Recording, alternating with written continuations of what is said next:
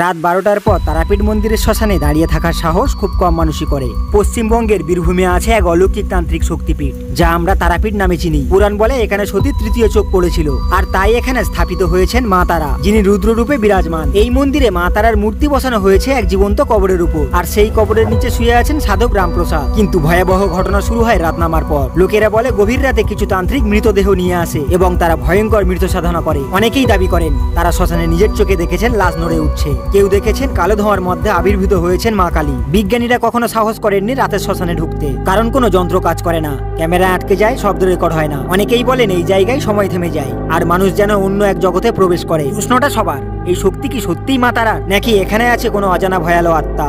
তারাপীঠের রাত, তান্ত্রিকের ছায়া আর শ্মশানের নীরবতা সব মিলিয়ে এক অজানা অলৌকিক জগৎ তৈরি করে। সাহস থাকলে একদিন গিয়ে দাঁড়িয়ে দেখুন রাত 12টার পর তারাপীঠ কি সত্যিই বদলে যায়। সাবস্ক্রাইব করুন দেবলোক রহস্য, কারণ এই রহস্য শুরু, সামনে আরো ভয়ঙ্কর আসছে।